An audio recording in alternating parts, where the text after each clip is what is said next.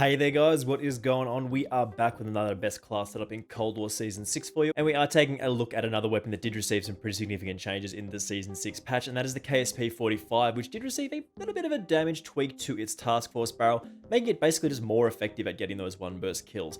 Now, in my opinion, this buff to the KSP was designed to get people to stop using the Tech 9 in the burst fire mode, alongside that getting nerfed as well. I feel like they want this to be the premier, burst fire SMG in the game, and this is a really good weapon now. It was good before, but it's even stronger than it used to be in Season 6. Just before we do get into it here though, make sure you do hit that subscribe button with those notifications turned on. I do very much appreciate it. It massively helps me out. Also, while you are taking a look at the subscribe button, considering whether to hit it or not, make sure you give that like button some love as well, as that really does help cut these videos through the YouTube algorithm and gets more people watching them, which really does help me out. So let's take a look at the KSP 45 here. As usual though, before we get into the KSP attachments, we are going to start off with our secondary as usual, and that is of course the Iron Hide shotgun, which is a very interesting weapon in the game at the moment. Just a new addition, very fun to run around with this thing. Our attachments are of course the V-choke for the tighter pellet spread, the Ranger barrel for more damage range, the steady aim laser for of course more hip fire accuracy, 8-round tube for more shots to fire, as well as the no stock to give us more sprint to fire speed here. Then as usual in the tactical slot we do have the stim shot here. This is basically just the option to continue your gun streaks. This is really one you want to go with if you want to go on those longer streaks, but if you only care about sort of individual lives, you can go with stun grenades and flash grenades and stuff like that as well. Then of course the Semtex in the lethal slot is just an option that I prefer. You can take a C4, frag, Molotov, whatever you do prefer in this slot, this is up to you. Then in the field upgrade slot we do have the field microphone here. I feel like information is just one of the most important things about Call of Duty. The more information you have, the more likely you are to get kills in this game, and this does allow us to get that with a mini advanced UAV-like effect on the minimap. In the wildcard slot, we do have perk greed here because we are only running 5 attachments on the KSP 45, and that's actually enough to make it a super powerful weapon in this game. And those perks are as follows with flak jacket, forward intel, scavenger, assassin, ninja, and ghost. Those are my preferred options on most of my class setups. If you like something different, that's alright too. So one of the fantastic things about the KSP 45 is it does feature about a 220 millisecond time to kill. If you are getting that one burst kill with this thing, like, you are just deleting people from the map, and it is super satisfying. These weapons aren't typically for everyone because burst fire is not something that everybody prefers, but if you can handle this thing, if you get those shots on target, this is one of the best SMGs in the game. Starting us off here, we do have the sound suppressor giving us a 100% increase to our muzzle flash concealment. As I've said many times on the channel recently, if you do fire an unsuppressed weapon in this game, you're a very easy target for good players looking at their minimaps all the time. Then in the barrel slot, the buffed task force barrel takes our damage increase to 8%, our damage number to 54, which as I said does increase our ability to get those one burst kills. Dealing 54 damage per bullet means you can get more one burst kills. Pretty simple here, and we get damage range and we get bullet velocity as well. Then in the underbarrel slot we do actually just have a standard foregrip here for 15% increase to our horizontal recoil control, which really means we can just hit the target very easily here. And then of course the handle, we're taking the serpent wrap here because we aren't reducing our aim down sight speed with a magazine attachment. And then we round this off with the Raider stock here, which is an increase of 30% to our sprint to fire speed and 10% aim walking movement speed. Alrighty, so we are of course on Deprogram, which is just one of the coolest maps they've ever added to this game, I think. And for the most part, wait, what? What? Huh? Okay, you guys might not have seen that there because I was busy getting killed. But basically what I was confused about was the fact that I looked at the minimap, I was looking at the minimap, I noticed there was 2 guys in the cave, and I'm okay with that. I'm like getting ready for a gunfight. And I noticed that there was like blue respawn markers on the other side, and that basically just broke my brain, and I couldn't handle it after that. Like, what do you mean? Again, this is a weapon that you really do need to be quite accurate for. This is not a weapon that can just, like, everyone can just go out and, like, absolutely dominate with. It does take a little bit of practice. It's a little bit specific. Not everybody dig burst weapons. Like, some people just hate burst weapons in general just because they're a little bit less reliable. Basically just because you can't spam out. You can't really spam out burst weapons in the same way that you can. Oh god.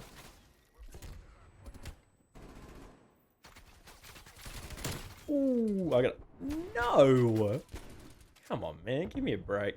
Yeah, you can't really spam out burst weapons in the same way that you can like with automatic weapons. There's just a little bit of a difference. You like always have to try and hit as many shots as you can. It can be a bit rough sometimes, so they definitely take a little bit more effort and a little bit more skill than I would say automatic weapons, but I mean, that is often worth it when you can get that super fast TTK value from just getting a one burst kill. Ooh. Oof. Very, very quick kill there from the PPSH. Alright, so we are just looking at the hard point here. Don't really want to go after it too hard in this particular spot just because it's about to switch. So we're just going to wait for people to sort of peek us. This is a decent spot to hold. Always just waiting, listening for people to come to you. We're going to go towards the red room a bit because this is just a cool area of the map. Where is he? Just going to wait for it. Ooh, we on here? Ooh, just the windows, man. They're just so good. You can just be like, yeah. You can have people spawn behind you though, which does feel pretty bad. That feels really bad when you have people spawn behind you. Just keep a little... tough to hit that shot with a burst weapon. Bit rough again. Alright, we're just going to back off a little bit. We might actually rotate back out the other side. And just stick to the ground level. No, we're no chance of this. Yeah, that was always going to be tough. Even against a PPSH, we were still going to struggle there because, I mean, that's just not a distance where you can hit consistent shots. Come on. Nope. Shut the grenade in there. Hopefully we can get him. Nope. I don't know what that guy was up to. He was just... The timing. The timing. We're getting COD timing a lot today. This is the second time I've tried to record this video because I did that thing again where I'll be like, yeah, I'll just record the video. And then I didn't hit record on the thing, so it didn't record, so that's good, I guess. I will say though, I will preface this by saying that this is a weapon that does need a little bit of practice. It's not something that everybody can just pick up and just be like absolutely dominant with. It does take a little while to learn just how the gun moves in between each burst. Come on. Cut. Please. No. He was smarter than me. He had a bigger brain than I did, and I respect that. Leave me alone. Ooh, tagged him. Just gonna back off. Let him have that area. And then we're gonna get him on the flank. Yep, we'll catch him on the flank. Just gotta be thinking about where you're moving, where your enemies are gonna go to. Just gonna not engage there. I wouldn't. Again, he's in the hut. He's in the hut, boys. He's in the hut. Ah, the teammate got him. Just use your teammates. Teammates are an infinite resource, man. Your life is not. Just keep that in mind. Use your teammates as bait. Huh? Oh, we're gonna back off. He probably thinks there's nobody in here now. Don't really want to push up. Yep, that was why I didn't want to push up. I knew he was just chilling there. Yeah, and this is a spot where you really can just rely on people spawning into you. Take that guy out there. Hopefully he spawns back there again. We can hold this side as well. Ooh. 3 guys. 3 enemies at the same time. Oh,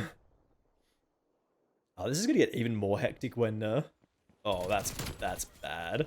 That's bad. There was 2 guys that time. There was 2 enemies that time that got me there. We'll get rid of the counter spy plane with, of course, the boy, the thing. You know what I'm talking about? The air patrol. Love an air patrol, man. Ooh, this is bad. There was not much we could do about that there. Alright, so the enemy is spawning over here near the helicopter pad, so we're just going to go that way. See if we can get behind them a little bit. Chuck some grenades over that way. I'm expecting somebody to be in the corridor that runs this way. I was wrong. That's alright. It's nice to be wrong about those kind of things because you do like to get those kills, but I mean, just being able to have a safe space to move into is always good as well. Oh, that's bad as well. This is not going well. Oh, I need to hit this burst. No. There's so many guys, man. What are we doing? 28 and 12? That's a pretty good game. That's not too bad. I mean, like halfway done. I don't think we'll include all of the gameplay in this video just because of how long hardpoint usually goes for. Oh my god. Alright, aim down sight all the way through. Oh, there's 2. There's another one. Back off, dude. Back off. Okay, I think we got him. And we got the war machine as well. So if anybody tries to mess with us here, this is good. This is a good place for us to be right now.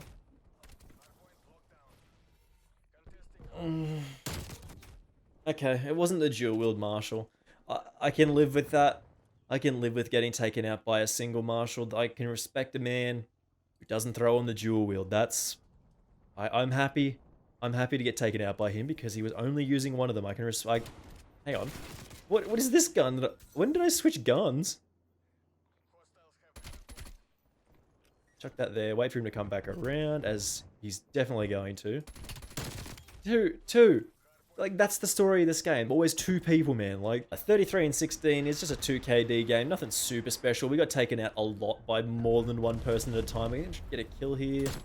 Alright, we'll have our final thoughts on this thing in just a second here, because the KSP, still really, really good. So the KSP, guys, is a fantastic weapon in this game. It was good before the patch, and now it is absolutely better than ever. Just a little tweak to that damage number on the task force barrel really does help us guarantee those one burst kills at to about 15-20 meters or so, which feels absolutely fantastic. Ridiculously fast TTK value when you are getting that one burst kill. Such a fun weapon to use.